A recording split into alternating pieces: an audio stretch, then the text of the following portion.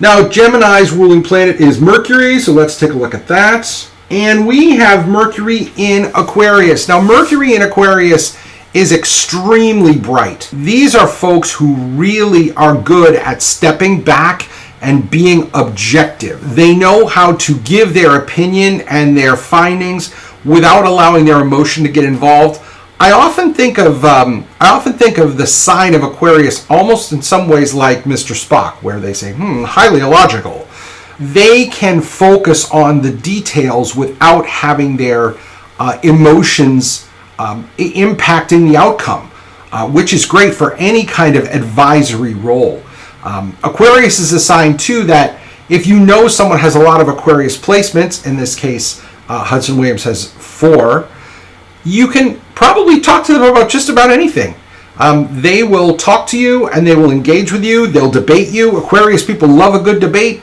And then afterwards, they don't take it personally. They're like, oh, well, you feel that way. I feel this way. Okay, let's go have dinner. Or let's go out for a drink. They don't take that seriously because they accept where everyone is. Pretty much Aquarius is the ultimate sign of namaste, which is I accept you and where you are right now. They're typically very good at that. Now, as I look closer, I circled the Mercury retrograde. So in this case, both actors have a Mercury retrograde. Again, not something that's particularly rare for both of them to have it. If they were in a relationship in real life, one of the things I would be telling both of them is you need to over communicate. You need to make sure that you're actually telling us what's going on, because 90% of the stuff that goes through a Mercury retrograde person's head doesn't get out to us. So if you look at charts and you see a Mercury retrograde in someone that you know, make sure you are asking them to communicate often and be prepared to listen to them when they do.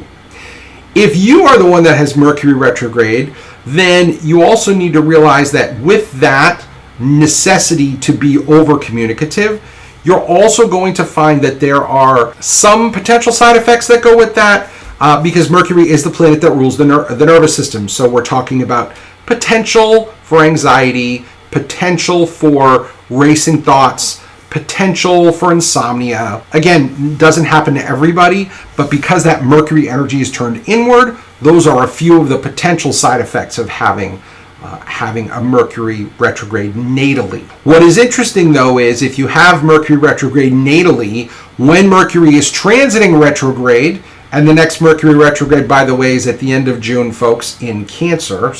But as we get closer, I'll talk about that too. We need to remember that if Mercury is transiting retrograde, if it's moving backward in the zodiac, and you have a natal Mercury retrograde, you might actually feel more comfortable while everyone else is freaking out, because you may deal with that much more easily than we do. If you have Mercury retrograde natally, that's something just to keep in mind. You may find that you do okay with that.